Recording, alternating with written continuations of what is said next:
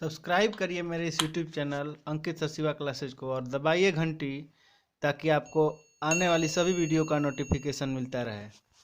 हाँ तो दोस्तों नमस्कार, स्वागत है आपका एक बार फिर मेरे इस चैनल अंकित सर शिवा क्लासेज पर। दोस्तों रोज़ की भांति हम फिर से हाजिर हो चुके हैं आपके सामने जीके क्विज का पार्ट 16 लेकर। दोस्तों मैं फिर से आपको इस क्विज में 50 प्रश्नों का सही आंसर बताऊंगा और 2 प्रश्न मैं छोड़ूंगा जिसका आपको आंसर आपको देना है और नीचे कमेंट बॉक्स में देखना है। यदि आपने पिछला वीडियो नहीं देखा हो तो कृपया जाकर यहाँ पर ऊपर की साइड में आई बटन होगा, वहाँ पर जाकर आप देख सकते हैं।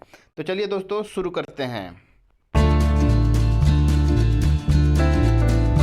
तो इस क्विज का सबसे पहला क्वेश्चन है कि ऋग्वेद में गंगा और यमुना का कितना वर्णन है। ऑप्शन आपके सामने है और दोस्तों इसका सही आंसर होगा बी, यमुना का 3 बार और गंगा का 1 बार। दोस्तों इस क्विज का दूसरा क्वेश्चन है कि वैदिक काल का सबसे प्रमुख अनाज कौन सा था। दोस्तों इसका सही आंसर होगा बी, जौ।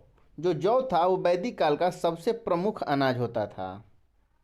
दोस्तों क्विज का तीसरा क्वेश्चन है कि पर्सिया नामक पुस्तक भारत के किस वायसराय ने लिखी थी। ऑप्शन आपके सामने है और इसका सही आंसर होगा दोस्तों बी, लॉर्ड कर्जन ने। दोस्तों आपको मैं बता दूं कि जो लॉर्ड कर्जन थे वो 1899 से 1905 के बीच भारत के वायसराय रहे थे। दोस्तों इस क्विज का चौथा क्वेश्चन है कि इंडिया विंस फ्रीडम नामक पुस्तक किसने लिखी।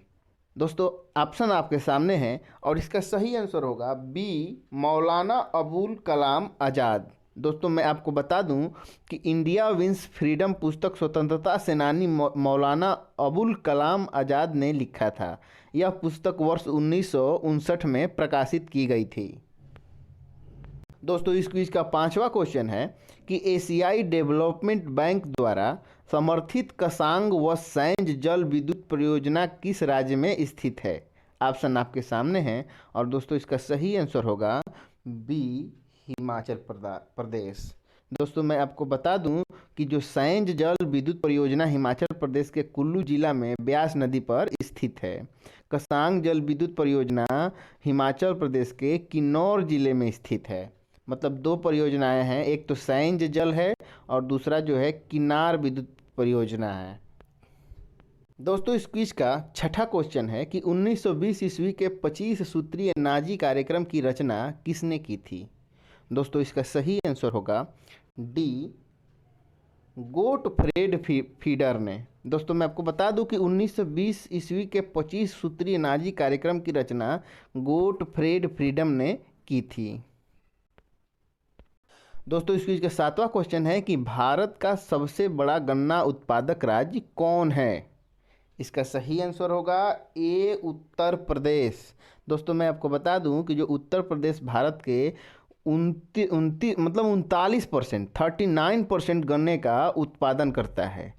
उत्तर प्रदेश में वर्ष 2014 से 15 में 1,38,481 टन, फिर से सुन लीजिए आंकड़ा, जो वर्ष 2014-15 में था वो 1,38,481 टन गन्ना उत्पादित किया गया था। दोस्तों इस क्विज का 8वां क्वेश्चन है कि नेपोलियन फ्रांस का प्रधान कौंसल कब से कब तक रहा था। दोस्तों इसका सही आंसर होगा बी, 1799 से 1804 ईस्वी के बीच में नेपोलियन फ्रांस का प्रधान कौंसल जो था वो 1799 से 1804 ईस्वी तक रहा था। इस क्विज का 9वां क्वेश्चन है कि जो बूरन नाम वायु किस क्षेत्र में बहती है। फिर से सुन लीजिए, बूरन नामक वायु जो है वो किस क्षेत्र में बहती है। उसका सही आंसर होगा दोस्तों ए, पूर्वी एशिया में बहती है। आपको मैं बता दूं कि बूरन नामक वायु शिनजियांग, साइबेरिया और कर्नाटक में बहती है। ग्रीष्म काल में यह वायु गर्म व शुष्क होती है जबकि शीतकाल में यह बर्फीले तूफान के रूप में प्रवाहित हो जाती है। दोस्तों इस क्विज का 10वां क्वेश्चन है, थोड़ा अलग है, कथन वाला है कि निम्नलिखित कथनों पर ध्यान दीजिए कि वन्य जीव क्षेत्र, पहला जो है वन्य जीव क्षेत्रों, रिजर्व और प्रोटेक्टेड क्षेत्रों में मनुष्यों का हस्तक्षेप लिविंग लेबोरेटरी कहा जाता है। दूसरा है कि वन्य जीव रिजर्व में किसी भी अनुसंधान की परमिशन नहीं है। कौन सा कथन इन दोनों में सही है? केवल पहला, केवल दूसरा, पहला और दूसरा दोनों, या फिर कोई नहीं? दोस्तों मैं आपको बता दूं कि इन दोनों में से केवल एक पहला जो है कथन वो सही है। जो पहला कथन है वो सही है, मतलब कि वन्य जीव क्षेत्रों, रिजर्व और प्रोटेक्टेड क्षेत्रों में मनुष्यों का हस्तक्षेप लिविंग लेबोरेटरी कहा जाता है, और जबकि दूसरा है वो गलत है। दोस्तों मैं आपको बता दूं कि क्योंकि वन्य जीव रिजर्व क्षेत्रों में शासन का आदेश लेकर बिना पशुओं को क्षति पहुंचाए अनुसंधान किया जा सकता है, इसीलिए पहला कथन सही है। दोस्तों इस क्विज का 11वां क्वेश्चन है कि ईस्ट इंडिया कंपनी को मछलीपट्टनम में फैक्ट्री स्थापित करने की आज्ञा कब दी गई थी? दोस्तों इसका सही आंसर होगा बी 1613 ईस्वी में। ब्रिटिश ईस्ट इंडिया कंपनी ने 1613 ईस्वी में मछलीपट्टनम में फैक्ट्री स्थापित किया, जबकि सूरत में 1612 में मुगल शासक जहांगीर के आज्ञा के बाद फैक्ट्री स्थापित की गई थी। दोस्तों इस क्विज का 12वां क्वेश्चन है कि मुजरिस में आंगस्टस का मंदिर किसने बनवाया था?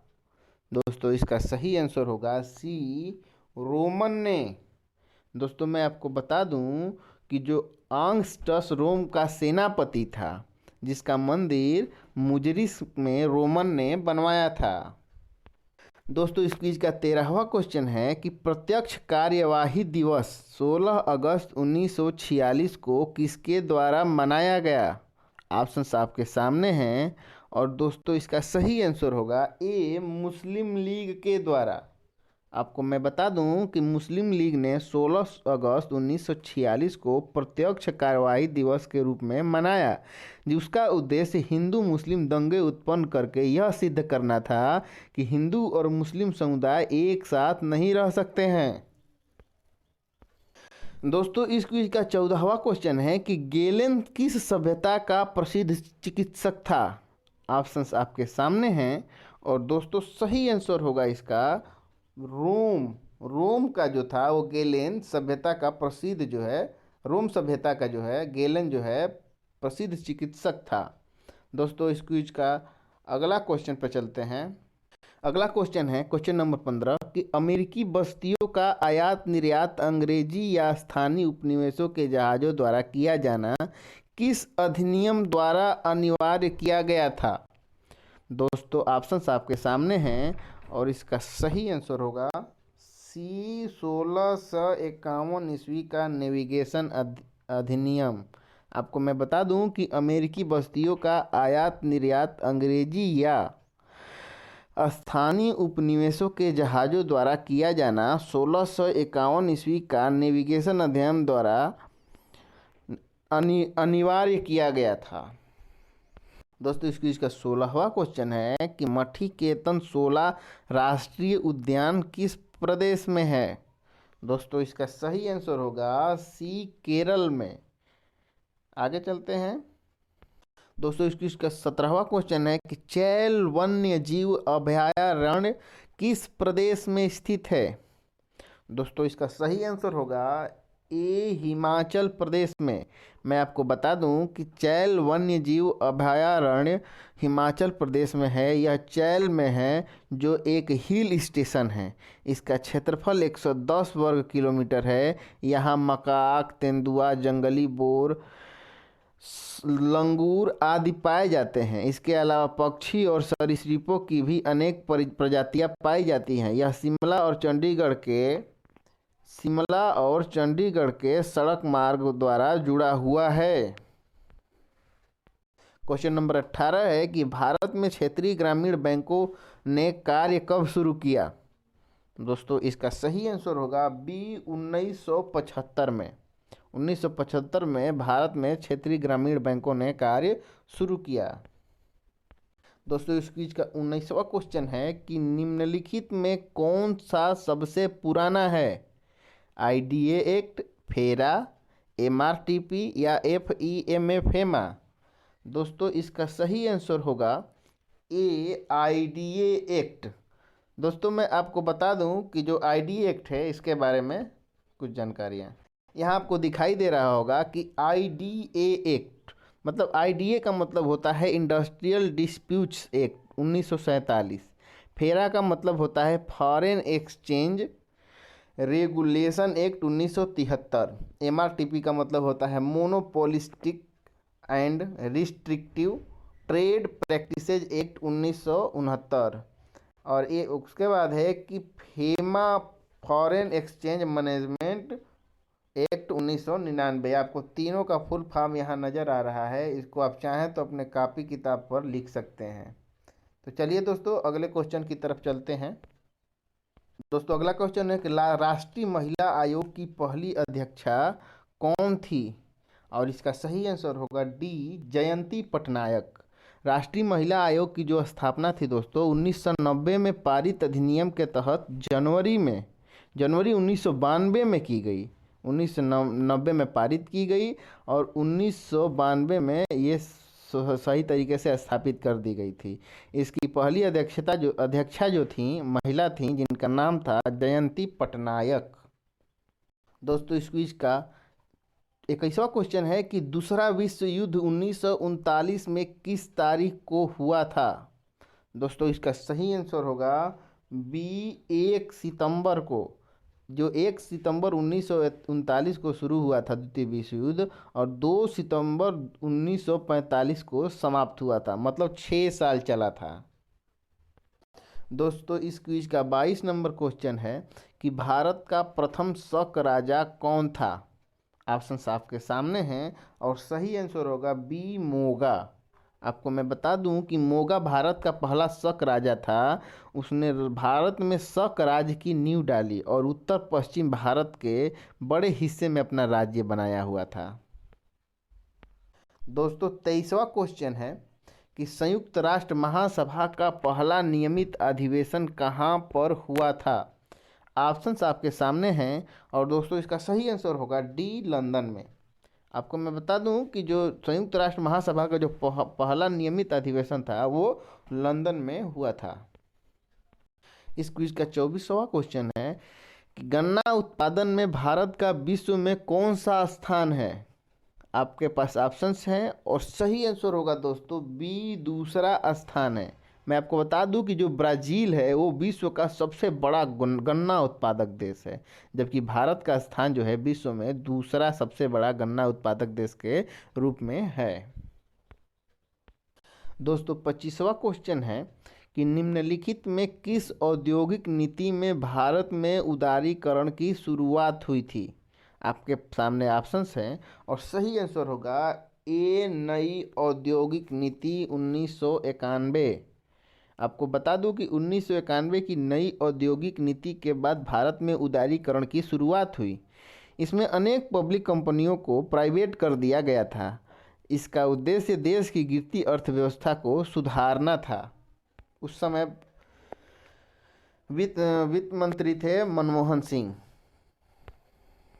दोस्तों इस क्विज का 26वां क्वेश्चन है कि बैंकिंग सेक्टर में सीडी अनुपात क्या है? सीडी अनुपात क्या है? और इसका दोस्तों सही आंसर होगा ए कैश डिपॉजिट अनुपात। सीडी का मतलब कैश डिपॉजिट अनुपात। दोस्तों इस क्विज का 27वां क्वेश्चन है कि भारत में माइक्रो क्रेडिट किस श्रेणी के अंतर्गत आता है? आपके सामने ऑप्शंस हैं और सही आंसर होगा डी बैंकिंग गैर बैंकिंग वित्त। दोस्तों इस क्विज का 28वां क्वेश्चन है कि न्यूनतम मजदूरी अधिनियम कब पारित हुआ? आपके सामने ऑप्शंस हैं और दोस्तों सही आंसर होगा ए 1948 में। आपको मैं बता दूं कि जो न्यूनतम मजदूरी अधिनियम है वो 15 मार्च 1948 को पारित हुआ था। दोस्तों इस क्विज का 29 नंबर क्वेश्चन है कि निम्नलिखित में कौन से मंदिर को यूरोपियों ने ब्लैक पैगोडा कहा था? आपके सामने ऑप्शंस हैं और पिछले क्विज में भी मैंने एक नाम ब्लैक पैगोडा का रखा हुआ था और ऑप्शंस आपके सामने हैं। यदि आपने पीछे का क्विज नहीं देखा हो तो जाकर देख सकते हैं। और इसका दोस्तों इसका सही आंसर होगा सी कोणार्क का सूर्य मंदिर उड़ीसा में। आपको मैं बता दूं कि जो कोणार्क के सूर्य मंदिर को ब्लैक पैगोडा भी कहा गया था। दोस्तों इस क्विज का 30 नंबर क्वेश्चन है कि 13 ताली नृत्य किस प्रदेश का नृत्य है। ऑप्शंस आपके सामने हैं और दोस्तों सही आंसर होगा ए राजस्थान। जो राजस्थान का नृत्य है वो 13 ताली है। आपको मैं बता दूं कि जो इसमें महिलाएं जो हैं नृत्य के समय 13 जगह पर मंजीरे बांध लेती हैं। दोस्तों इस क्विज का 31वां क्वेश्चन है कि निम्न में किस प्रदेश के हिस्से में कृष्णदेव राय के राज्य में नहीं थे। फिर सुन लीजिए, निम्नलिखित में किस प्रदेश के हिस्से कृष्णदेव राय के राज्य में नहीं थे। दोस्तों सही आंसर होगा कि डी महाराष्ट्र। जो डी है वो महाराष्ट्र सही आंसर होगा। कृष्णदेव जो राय थे वो दक्षिण भारत के राज्य विजयनगर में के सबसे महान राजा थे। उन्होंने 1509 ईस्वी से 1529 ईस्वी तक राज्य किया, मतलब 20 साल उन्होंने राज्य किया था। दोस्तों क्वेश्चन नंबर 32 है कि भारत में IAS मतलब नॉट ICS परीक्षा पहली बार कब आयोजित की गई थी। फिर से देख लीजिए, भारत में IAS नॉट ICS परीक्षा पहली बार कब आयोजित की गई थी। और दोस्तों इसका सही आंसर होगा बी 1950 ईस्वी में। आपको बता दूं कि पहली जो IAS परीक्षा जो थी 1950 में हुई थी। यह परीक्षा संघ लोक सेवा आयोग द्वारा आयोजित की जाती है, मतलब UPSC union public service commission के द्वारा आयोजित की जाती है। संविधान के अनुच्छेद 315 से 322 में प्रशासनिक सेवाओं का ब्यौरा दिया गया है। इस क्विज का 33 नंबर क्वेश्चन है कि पूरा पाषाण काल के लोगों का मुख्य व्यवसाय क्या था। आपके सामने ऑप्शंस हैं और दोस्तों इसका सही आंसर आपको देना है नीचे कमेंट बॉक्स में। इसका सही आंसर यदि आपको नहीं पता होगा तो मैं अगले क्विज में बताऊंगा, नीचे कमेंट बॉक्स में कमेंट कर दीजिएगा। अगला क्वेश्चन है क्वेश्चन नंबर 34 कि जापान में समुराई किसे कहा जाता है। समुराई ये बहुत बड़ा नाम, मतलब बहुत प्रसिद्ध नाम है और ये कार्टून मूवी या जैसे हॉलीवुड मूवी में आपको देखने को मिलता है। तो इसका सही आंसर आप बताइए। और इसका सही आंसर मैं बताता हूँ आपको दोस्तों, सैनिक को समुराई कहा जाता है। ठीक है, आगे बढ़ते हैं। दोस्तों इस क्विज का 35 नंबर क्वेश्चन है कि केंद्रीय प्रदूषण नियंत्रण बोर्ड द्वारा आवासीय क्षेत्रों में अधिकतम ध्वनि सीमा कितनी हो सकती है। फिर से सुन लीजिए कि केंद्रीय प्रदूषण नियंत्रण बोर्ड द्वारा आवासीय क्षेत्रों में अधिकतम ध्वनि सीमा कितनी हो सकती है। आपके सामने ऑप्शंस हैं और दोस्तों सही आंसर होगा बी 55 डेसिबल, इससे ज़्यादा नहीं हो सकता है। जो इसके बाद मैं आपको बता दूं अगला क्वेश्चन है क्वेश्चन नंबर 36 कि चेरनोजेम क्या है। चेरनोजेम क्या है और आपसे क्या सामने ऑप्शंस है। इसका सही आंसर होगा दोस्तों डी काली मृदा है। आपको बता दूं कि जो चेरनोजेम है वो काले रंग की मृदा होती है। इसमें ह्यूमस की मात्रा काफ़ी अधिक, मतलब कि 4 से 16% तक पाई जाती है। इसमें फास्फोरिक अम्ल, फास्फोरस और अमोनिया की काफ़ी मात्रा पाई जाती है। यह काफ़ी उपजाऊ मृदा होती है। इस क्विज का 37 नंबर क्वेश्चन आपके सामने है कि 1970 में कोफेस्पा, फिर से देख लीजिए COFESPA की स्थापना किस तरह के अपराधों को रोकने के लिए हुई थी। 1970 में कोफेस्पा की स्थापना किस तरह के अपराधों को रोकने के लिए हुई थी। ऑप्शन आपके सामने हैं और दोस्तों इसका सही आंसर होगा डी आर्थिक अपराध को रोकने के लिए कोफेस्पा का जो है उस स्थापना किया गया था 1970 ईस्वी में। दोस्तों इसका क्वेश्चन नंबर 38 है कि मिड डे मील स्कीम के बारे में कौन सा कथन सही है। सही आंसर है ए सामाजिक क्षेत्र का प्रोग्राम है, मतलब ऑप्शंस आपके सामने हैं। ये सही आंसर मैं नहीं बता रहा हूँ आपको, लेकिन सही आंसर यही होगा कि ए जो है सामाजिक क्षेत्र का प्रोग्राम है। दोस्तों इसको मैं आपको बता दूं कि जो मिड डे मील जो स्कीम है स्कूली बच्चों को भोजन देने की स्कीम है। इसमें जो इसके हैं जो उद्देश्य निम्न प्रकार हैं कि स्कूल में बच्चों को भोजन देना, स्कूल में उपस्थिति बढ़ाना, स्कूल के बच्चों में सामाजिक जागरूकता पैदा करना, इसका तमिलनाडु और गुजरात में पुराना इतिहास रहा है। यह 28 नवंबर 2001 के सुप्रीम कोर्ट के आदेश के बाद पूरे देश में लागू हो गया था। दोस्तों इसका 39 नंबर क्वेश्चन है कि कई बार हम समाचार पत्रों में वित्तीय उत्तेजना के बारे में पढ़ते हैं, जो मूल रूप से आर्थिक गतिविधि को बढ़ावा देने के लिए बजट के माध्यम से सकारात्मक सरकारी कार्रवाई से युक्त एक ढांचा है। इनमें से कौन सा वित्तीय योजना उत्तेजना के लिए एक शर्त है? आपके सामने ऑप्शंस हैं और दोस्तों सही आंसर होगा बी, आधिकारिक राज्य कोषीय घाटा। चलिए अगले क्वेश्चन की तरफ चलते हैं। अगला क्वेश्चन आपके सामने है क्वेश्चन नंबर 40 की यह 150 साल पुराना मंदिर है जो गुजरात के देवकंबोई में है। यह एक तरफ अरब सागर और दूसरे पर जो है कैम्बे की खाड़ी से घिरा हुआ है। यहाँ मौजूद शिवलिंग केवल कम ज्वार के घंटों के दौरान देखी जा सकती है। यह कौन सा मंदिर है? आपने क्वेश्चन नहीं पढ़ा है तो एक बार फिर से पढ़ लीजिए और ये इस मंदिर के बारे में आपको बताना है। दोस्तों इसका सही आंसर होगा बी, स्तंभेश्वर महादेव मंदिर। आपको बता दूं कि जो स्तंभेश्वर महादेव मंदिर है वो 150 साल पुराना मंदिर है जो गुजरात के देवकंबोई में है। यह एक तरफ अरब सागर और दूसरे तरफ कैम्बे की खाड़ी से घिरा हुआ है। यहाँ मौजूद शिवलिंग केवल कम ज्वार के घंटों के दौरान देखा जा सकता है, मतलब कि समुद्र के अंदर है। दोस्तों क्वेश्चन नंबर 41 आपके सामने है कि बृहद्रथ का सेनापति कौन था? पुष्यमित्र शुंग, अग्निमित्र, वसुमित्र या फिर विक्रमशिला? ऑप्शन सही होगा दोस्तों ए, पुष्यमित्र शुंग। दोस्तों अगला क्वेश्चन जो है आपके सामने है वो जो है वो कथनों पर है कि निम्नलिखित कथनों पर विचार कीजिए। पहला कथन आपके सामने है कि जमींदारी बंदोबस्त जमींदारों के साथ किया गया जबकि रैयतवाड़ी बंदोबस्त कृषकों के साथ किया गया था। और दूसरा है कि जमींदारी बंदोबस्त में जमींदारों को भूमि का मालिक बनाया गया जबकि रैयतवाड़ी व्यवस्था में कृषकों को मालिक बनाया गया।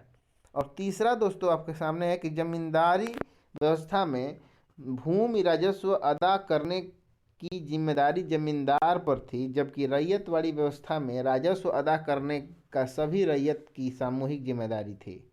तो आपके सामने यहाँ पर 3 ऑप्शन आपको दिखाई दे रहे हैं, गलती से ये 43 लिख दिया गया है, उस पर ध्यान ना दीजिएगा, वो 3 है। तो इनमें तीनों में से दोस्तों आपको बताना है कि सही आंसर कौन सा है और इसको मैं डिटेल में आपको अभी बताऊंगा। तो दोस्तों मैं आपको बता दूं कि इन सभी में जो है वो सही आंसर होगा पहला और दूसरा। जो पहला और दूसरा जो ऑप्शन है वो सही होगा, पहला और जो दूसरा होगा वो ऑप्शन सही होगा। आपको मैं बता दूं कि जो जमींदारी बंदोबस्त जमींदारों के साथ किया गया था जबकि रैयतवाड़ी बंदोबस्त कृषकों के साथ किया गया था। जमींदारी बंदोबस्त में जमींदारों को भूमि का मालिक बनाया गया था जबकि रैयतवाड़ी व्यवस्था में कृषकों को मालिक बनाया गया था। दोस्तों थंबनेल पर जो क्वेश्चन दिया गया था वो थंबनेल का क्वेश्चन आपके सामने है कि माई कंट्री माई लाइफ किस नेता की जीवनी है? और दोस्तों इसका सही आंसर होगा बी, लाल कृष्ण आडवाणी की जो है वो जीवनी है। इसका नाम है माई कंट्री माई लाइफ। ये जो जीवनी है मतलब कि ये लाल कृष्ण आडवाणी की आत्मकथा है। यह पुस्तक का विमोचन 29 मार्च 2008 को APJ अब्दुल कलाम ने किया था। दोस्तों क्वेश्चन नंबर 44 आपके सामने है कि असफाल्ट के बारे में कौन सा कथन सही है? ऑप्शंस आपके सामने हैं और दोस्तों सही आंसर होगा उपरोक्त सभी सही है। जो आपको नज़र आ रहा है आप फिर से पढ़ सकते हैं कि अत्यधिक गाढ़ा पॉलीक्लिक खुशबूदार यौगिक का मिश्रण है। यह कार्बनिक डाइसल्फाइड में घुलनशील है। सारा विश्लेषण असल्फाट जो है रसायन के बारे में बताता है। दोस्तों अगला क्वेश्चन है कि कथन अमेरिकी स्वतंत्रता संग्राम के दौरान अमेरिकियों ने ब्रिटिश संसद द्वारा आरोपित करों के भुगतान से इनकार कर दिया। कारण ब, अमेरिकियों का ब्रिटिश संसद में प्रतिनिधित्व नहीं था। आपको बताना है कि कथन और कथन मतलब इसमें से कौन सा ऑप्शन आपके सामने जो दिया गया है वो सही है। तो दोस्तों मैं आपको बता दूं कि पहला जो है वो सही है कि कथन और कारण सही है तथा कारण कथन का सही स्पष्टीकरण है। और आपको सही बात बता दूं कि जो कथन है अमेरिकी स्वतंत्रता संग्राम के दौरान अमेरिकियों ने ब्रिटिश सांसद द्वारा आरोपित करों के भुगतान से इनकार कर दिया था। और जो कारण वह था वो अमेरिकियों का ब्रिटिश संसद में प्रतिनिधित्व नहीं था। इसमें कथन और कारण दोनों सही है तथा कारण जो है कथन का सही स्पष्टीकरण है। आपके सामने क्वेश्चन नंबर 46 है कि निम्नलिखित में दक्कन पठार का सबसे बड़ा जल प्रवाह सिस्टम है। आपके सामने ऑप्शन से ये नदियां हैं, इन तीनों नदियों में आपको ऑप्शन चूज करना है और सही उत्तर बताना है। तो चलिए मैं बताता हूँ, सही उत्तर होगा ए गोदावरी। आपको बता दूं कि गोदावरी नदी की जो कुल लंबाई है वो 1465 किलोमीटर है। फिर से सुन लीजिए, 1465 किलोमीटर है। यह भारत की दूसरी सबसे बड़ी लंबी नदी है। गोदावरी नदी महाराष्ट्र के नासिक में त्र्यंबकेश्वर से निकलती है। फिर से क्वेश्चन आपके सामने 47 नंबर है कि निम्नलिखित कथनों पर विचार कीजिए। आपके सामने 3 ऑप्शन दिए गए हैं, मतलब कि कथन दिए गए हैं, मध्य प्रदेश, महाराष्ट्र और उड़ीसा। आपको बताना है कि छत्तीसगढ़ राज्य का निर्माण किन राज्यों के हिस्सों से बनाया गया था। यहाँ पर आपको ऑप्शन से आपको मालूम है दोस्तों कि छत्तीसगढ़ की चौहद्दी पहले आप देखेंगे कि चारों तरफ कौन सबसे नज़दीक कौन सा सटा हुआ प्रदेश है। तो आपको समझ में आएगा भारत के नक्शे में कि जो मध्य प्रदेश है वो सबसे नज़दीक और सटा हुआ है। तो आपको मैं बता दूं इसका दोस्तों सही आंसर होगा ये मध्य प्रदेश। केवल मध्य प्रदेश जो है वो छत्तीसगढ़ राज्य निर्माण का हिस्सा था। आपको मैं बता दूं कि जो छत्तीसगढ़ राज्य का जो निर्माण हुआ वो 1 नवंबर 2000 को अस्तित्व में हुआ था, मतलब आया था 1 नवंबर सन 2000 को। अगला क्वेश्चन आपके सामने है कि नेपोलियन कब आजन्म कौंसल बना दिया गया था। ऑप्शंस आपके सामने हैं और सही आंसर होगा बी 1802 ईस्वी। जो 1802 ईस्वी में जो है नेपोलियन को आजन्म कौंसल बना दिया गया था। तो अगला क्वेश्चन है कि एल नीनो शब्द किस भाषा से लिया गया है, और इसका सही आंसर होगा सी स्पेनिश भाषा से। दोस्तों क्वेश्चन नंबर 50 है कि 74वें संवैधानिक संशोधन विधेयक में निम्नलिखित में से किस पर विचार किया गया था। आपके सामने ऑप्शन है, उसका सही आंसर आपको नीचे कमेंट बॉक्स में देना है।